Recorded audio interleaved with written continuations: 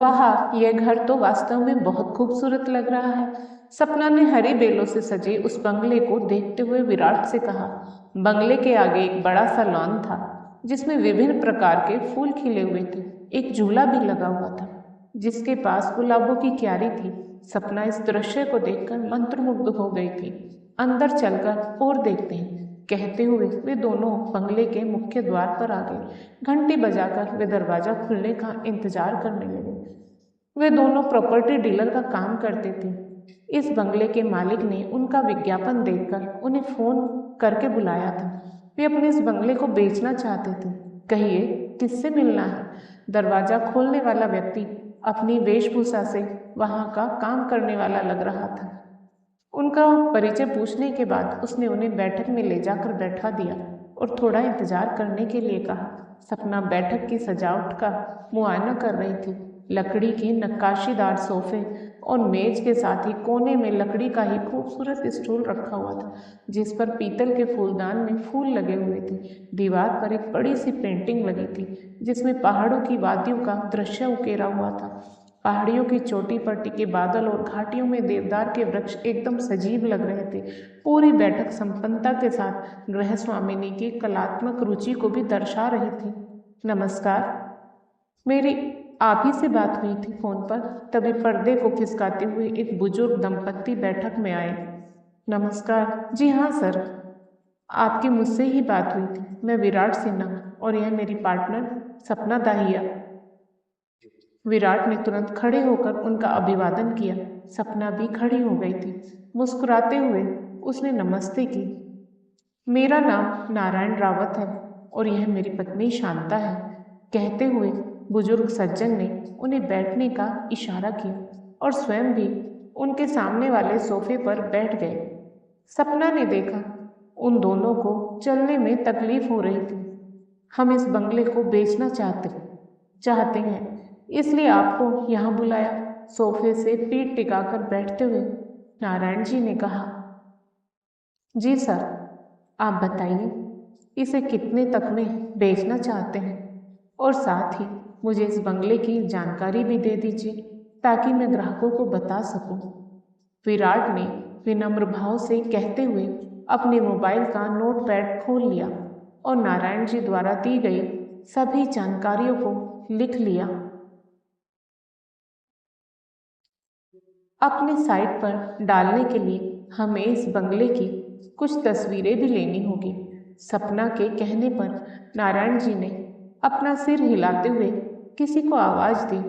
बिरजू, यहाँ आओ। उनकी आवाज सुनकर वही व्यक्ति सामने आया जिसने उनके लिए दरवाजा खोला था। बिरजू, ये लोग बंगले की कुछ तस्वीरें लेना चाहते हैं। तुम इनके साथ जाकर इन्हें घर दिखा दो। ठीक है, आप लोग मेरे साथ आइए। कहते हुए बिरजू ने उन्हें अपने पीछे आने का इशारा किया।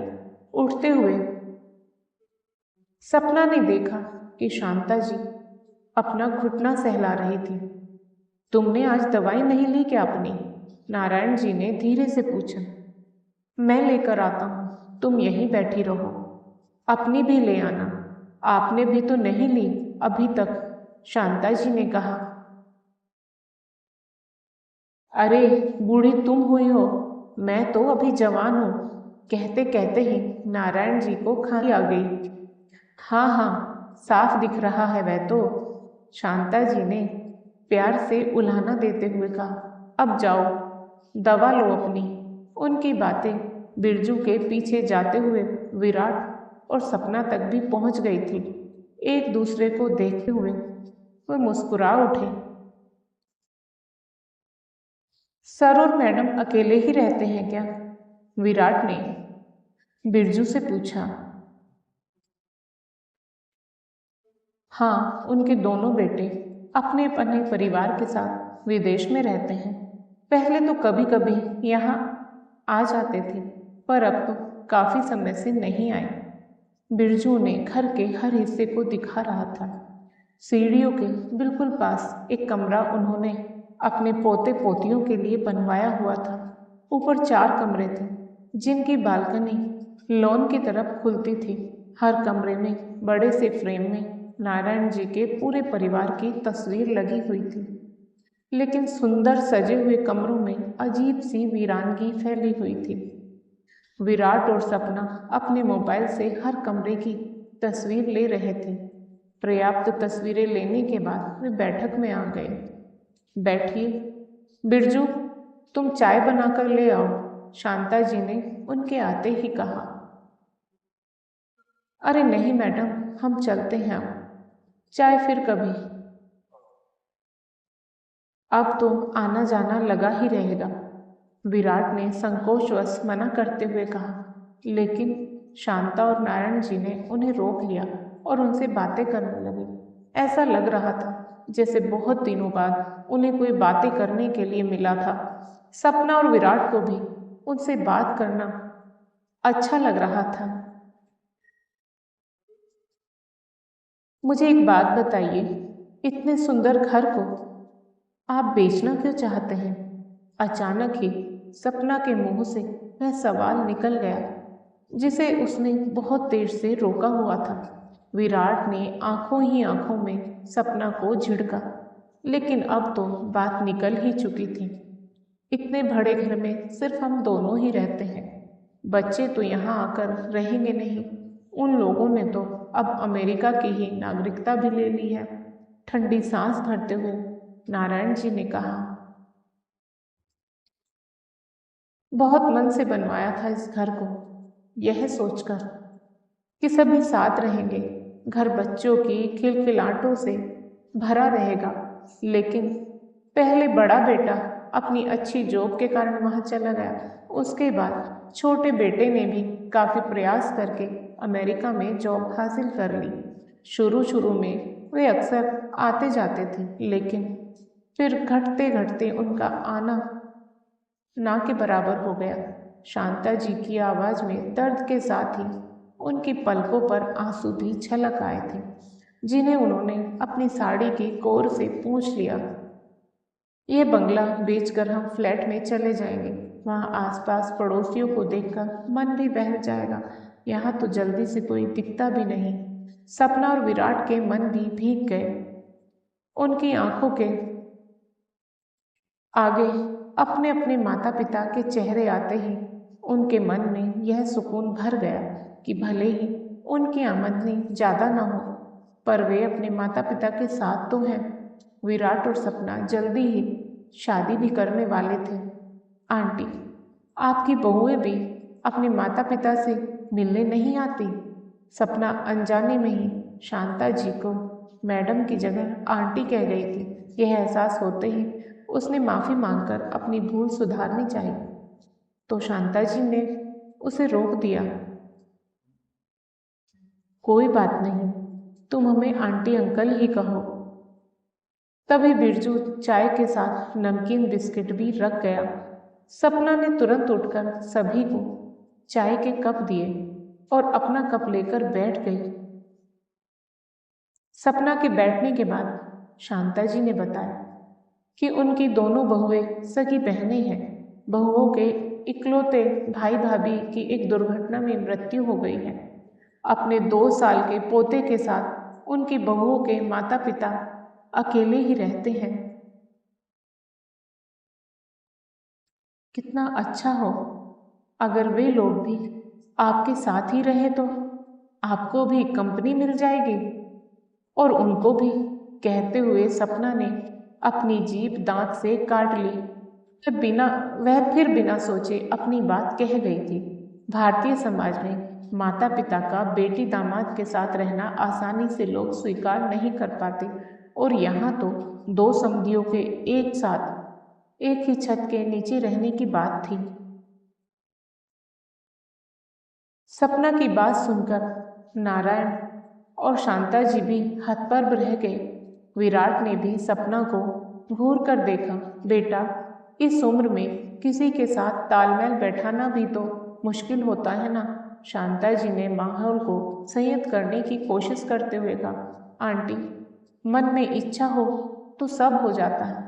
जैसे आपके लिए मुश्किल है, वैसे ही उनके लिए भी मुश्किल होगा, लेकिन सोच कर देखिए, एक साथ रहने से आप सभी की अकेलेपन की समस्या दूर हो जाएगी। सपना ने कहा। तभी नारायण जी ने अपनी बहू के माता पिता और उनके भाई भाभी की मोबाइल पर तस्वीर दिखाई। उस तस्वीर में एक नवजात बच्चा भी था। सपना फोटो देखते ही चौंक पड़ी। अनायास उसके मुंह से निकला, हीरो। विराट के साथ साथ रावत दंपत्ति भी सपना का मुंह देखने लगे। सपना ने तस्वीर में उस युवक का नाम पूछा जो माता पिता और अपनी पत्नी बच्चे के साथ था। नारायण जी ने कहा, ये जतिन है, मेरी बहू का भाई, जो अब इस दुनिया में नहीं है। लेकिन तुम जतिन को कैसे जानती हो? सपना अतीत में जाते हुए बताने लगी। 2 बरस पूर्व की यादें अभी भी जेहन में आते ही शरीर में झुरझुरी सी होने लगी है। उस दिन ऑफिस से निकलने में मुझको कुछ ज़्यादा ही देर हो गई थी। काफ़ी अंधेरा घिर आया था। स्ट्रीट लाइट्स जल चुकी थी। मैंने घड़ी देखी। घर पहुंचते पहुंचते 10:30 तो बज ही जाएंगे। माँ चिंता करेगी सोचकर लिफ्ट से उतरते ही मैंने माँ को फ़ोन लगा दिया। हाँ, कहाँ तक पहुंची? आज तो बहुत तेज बारिश हो रही है, संभल कर आना। माँ की चिंता उनकी आवाज़ साफ जाहिर हो रही थी। बस निकल ही गई हूँ। अभी कैब पकड़कर सीधे घर पहुँचती हूँ और फिर मुंबई की बारिश से क्या घबराना माँ, हर साल ऐसे ही तो होती है। मेहमान और मुंबई की बारिश का कोई ठिकाना नहीं, कब कहाँ टपक जाए कोई नहीं बता सकता। मैं बड़ी बेफिक्री से बोली, अरे आज साधारण बारिश नहीं है, पिछले 10 घंटे से लगातार हो रही मूसलाधार बारिश थमने का या धीमे होने का नाम ही नहीं ले रही है। हेलो हेलो, माँ बोलती रह गई। मैं भी देर तक हेलो हेलो करती बिल्डिंग से बाहर आ गई थी। सिग्नल जो उस वक्त आने बंद हुए तो फिर जुड़ ही नहीं पाए थे। बाहर का नज़ारा देख मैं अवाक रह गई थी। सड़कें स्विमिंग पूल में तब्दील हो चुकी थी। दूर दूर तक कैब क्या, किसी भी चलती गाड़ी का नामो निशान तक न था। घुटनों तक पानी में डूबे लोग अफरा तफरी में इधर उधर आते जाते नजर आ रहे थे। महानगरीय जिंदगी में एक तो वैसे ही किसी को किसी से सरोकार नहीं होता और उस पर ऐसा तूफानी मंजर। हर किसी को बस घर पहुंचने की जल्दी मची थी। अपने ऑफिस की पूर्णतया वातानुकूलित इमारत, जिस पर हमेशा मुझे गर्व रहा है, पहली बार रोष उमड़ पड़ा। ऐसी भी क्या वातानुकूलित इमारत जो बाकी दिन दुनिया से आपका संपर्क ही काट दे। अंदर हमेशा एक सा मौसम, बाहर भले ही पतझड़ गुजर कर बसंत छा जाए। खैर, अपनी दार्शनिकता को ठेंगा दिखाते हुए मैं तेज कदमों से सड़क पर आ गई और इधर उधर टैक्सी के लिए नजरें दौड़ाने लगी। लेकिन वहां पानी के अति बहाव के कारण वाहनों का रेला ही थम गया था। वहां टैक्सी की खोज करना बेहद मूर्खतापूर्ण लग रहा था। कुछ अध डूबी कारें मंजर को और भी भयावह बना रही थी। मैंने भैया से संपर्क साधने के लिए एक बार और मोबाइल फोन का सहारा लेना चाहा, लेकिन सिग्नल के अभाव में मैं मात्र एक खिलौना रह गया था। शायद आगे पानी इतना गहरा न हो, यह सोचकर मैंने बैग गले से कमर में टांगा और पानी में उतर पड़ी। कुछ कदम चलने पर ही मुझे सैंडल असुविधाजनक लगने लगे। उन्हें उतारकर मैंने बैग में डाला।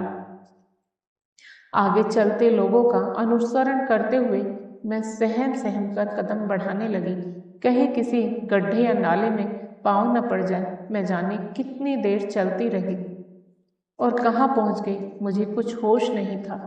लोकल ट्रेन में आने जाने के कारण मैं सड़क मार्गों से नितांत अपरिचित थी।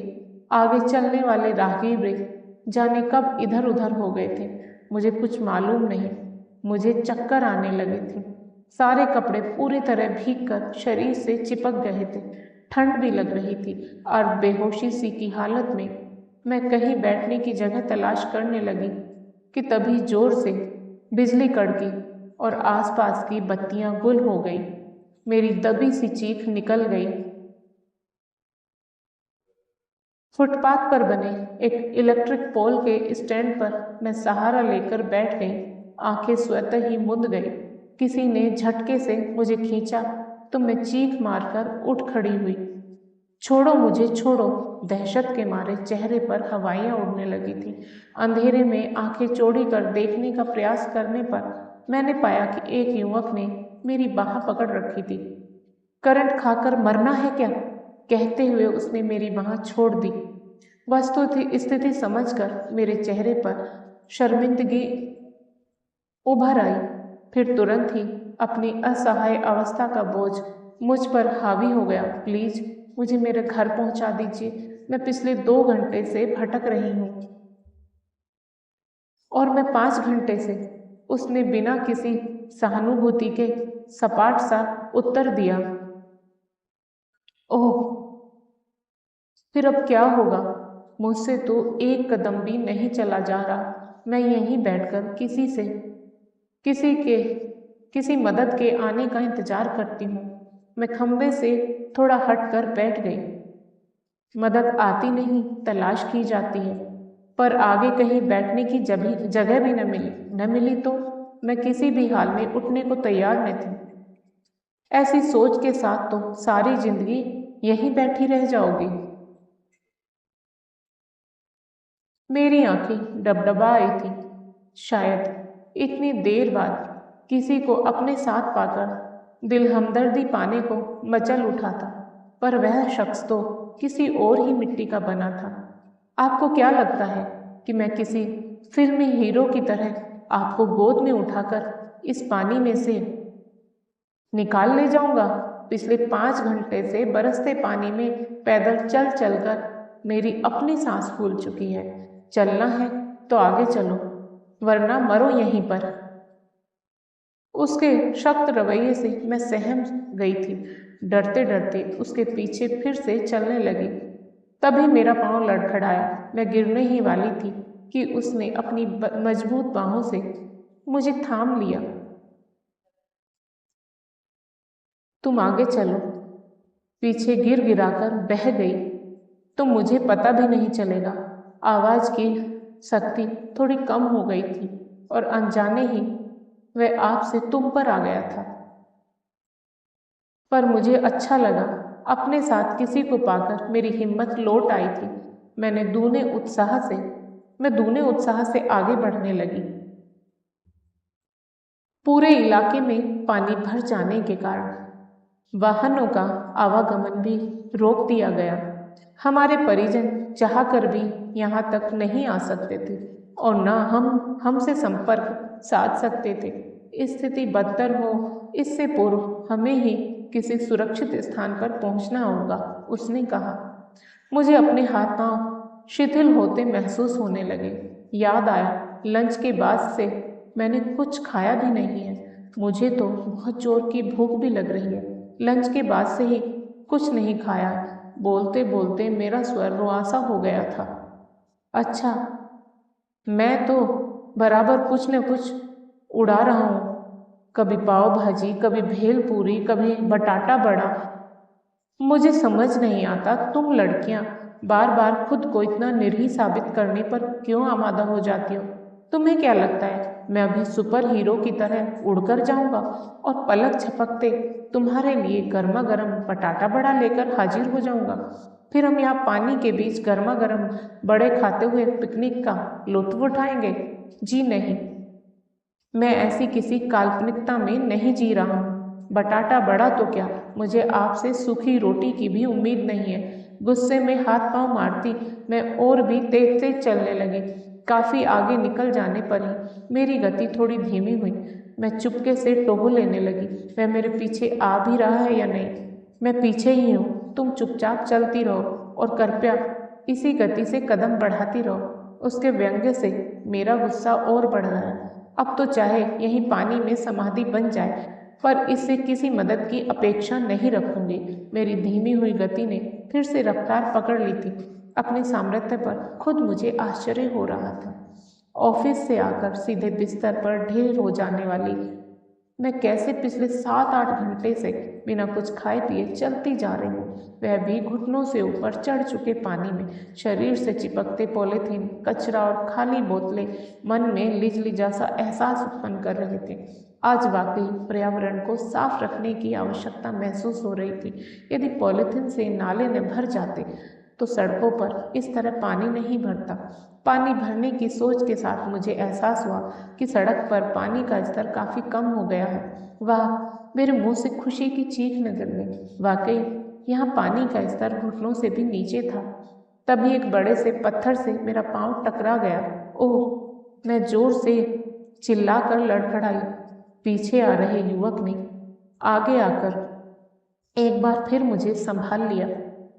अब वह मेरा हाथ पकड़कर मुझे चलाने लगा, क्योंकि मेरे पाँव से खून बहने लगा था और मैं लंगड़ा रही थी।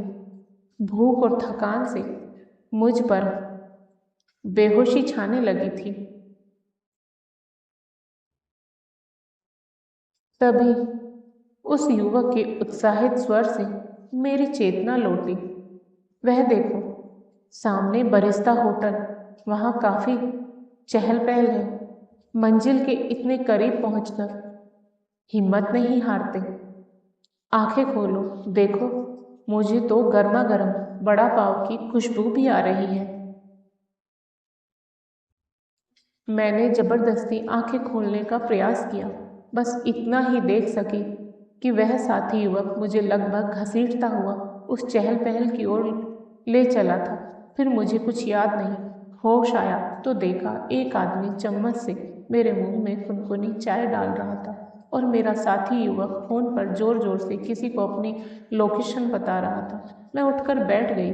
चाय का गिलास मैंने हाथों में थाम लिया और धीरे धीरे पीने लगी। किसी ने मुझे 2 बिस्किट भी पकड़ा दिए, जिन्हें खाकर मेरी जान में जान आई। तुम भी घर वालों से बात कर लो। मैंने भैया को फोन लगाया तो पता चला वे जीजा जी के संग वहीं कहीं आसपास ही मुझे खोज रहे थे। तुरंत वे मुझे लेने निकल पड़े।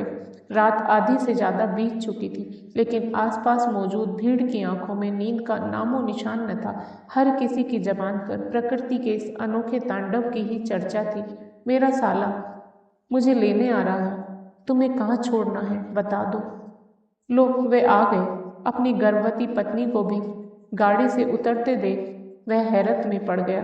अरे, तुम ऐसे में बाहर क्यों निकली, वह भी ऐसे मौसम में?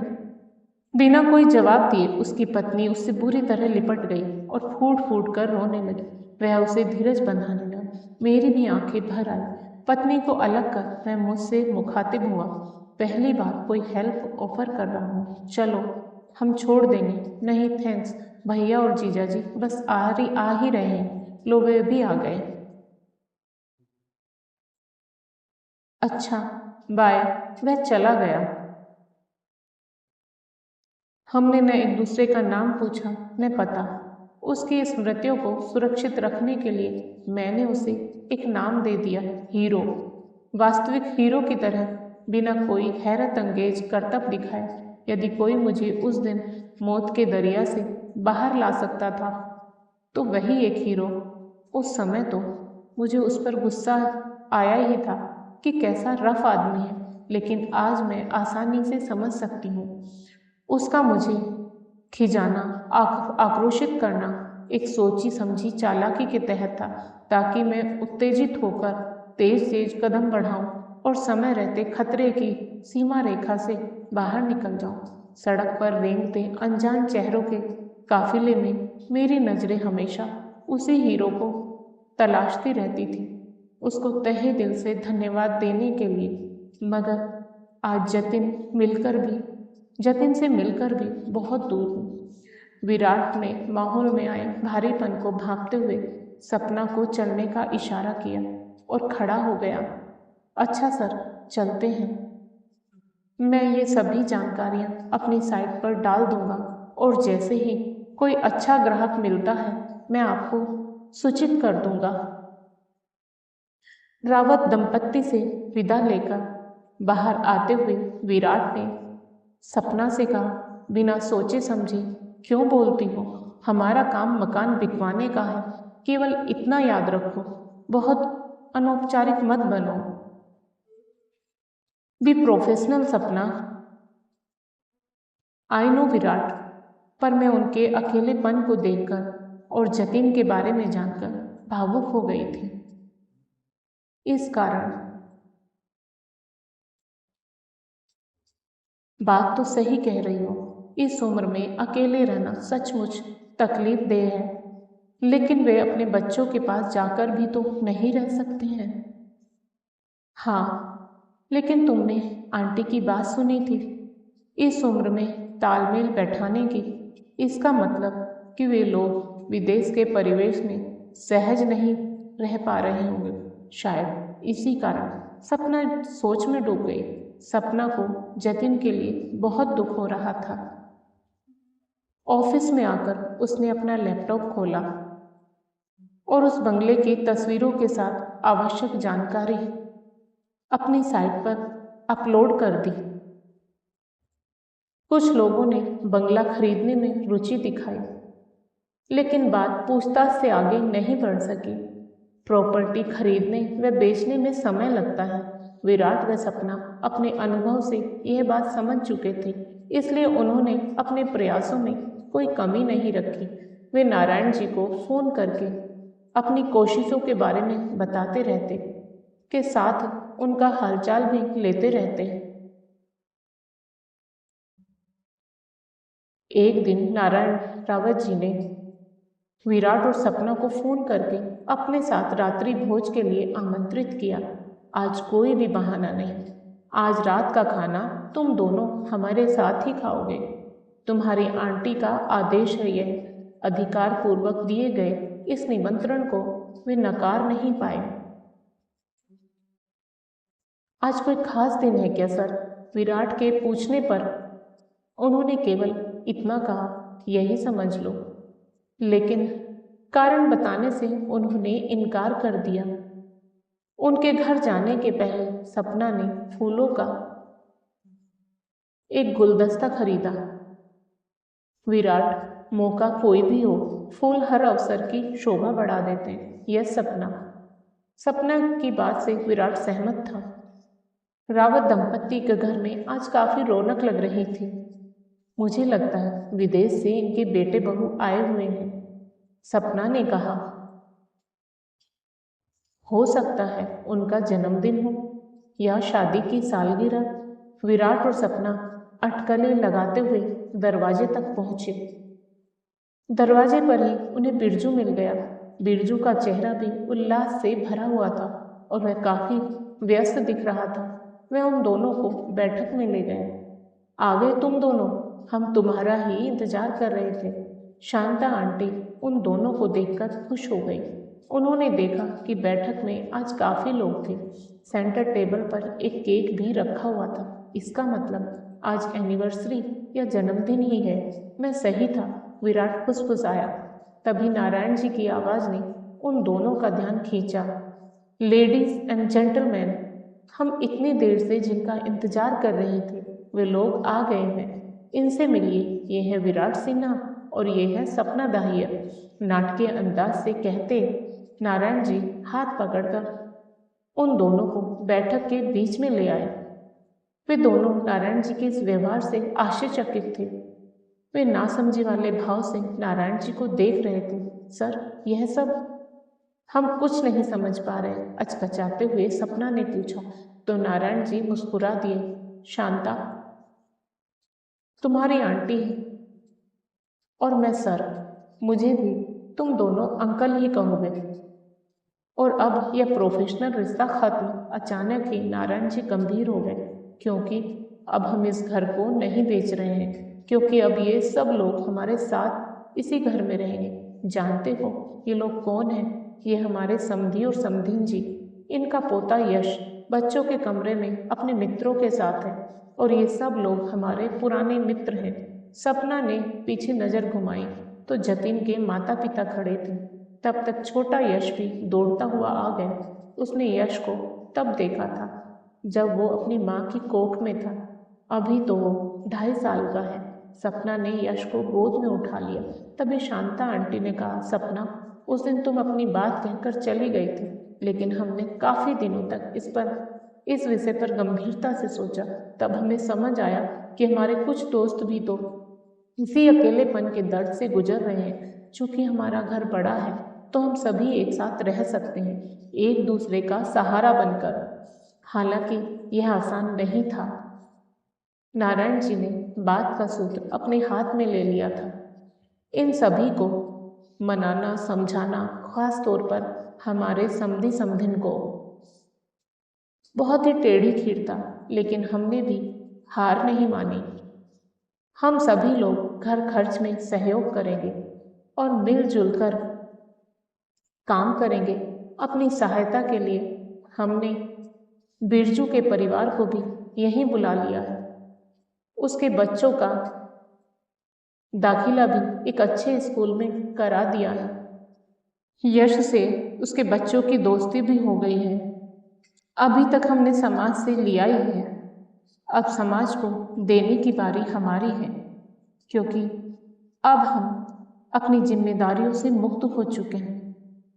अब हम सभी अपनी अपनी रुचि के अनुसार समाज सेवा के काम भी करेंगे। शांता आंटी की बात सुनते हुए विराट और सपना के चेहरों पर मुस्कान आ गई। इसे कहते हैं मुस्कान की डिलीवरी।